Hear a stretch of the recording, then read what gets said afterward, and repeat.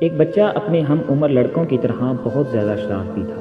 ایک دن اس کے گھر مہمان آئے اور اس کی ماں نے مہمانوں کے لیے سالن تیار کیا۔ اس بچے نے سالن میں مٹی ڈال دی۔ جب ماں نے سالن میں مٹی دیکھی تو وہ سمجھ گئی کہ کس نے ایسا کیا ہے۔ اس نے غصے میں شرارتی بیٹے سے کہا، چل بھاگ ادھر سے، جا اللہ تجھے کعبہ کا امام بنائے۔ یہ بات بتاتے ہوئے شیخ صاحب پھوٹ پھوٹ کر رونے لگے اور کہا، اے امت اسلام، جانتے ہو وہ شرارتی شخص کون تھا؟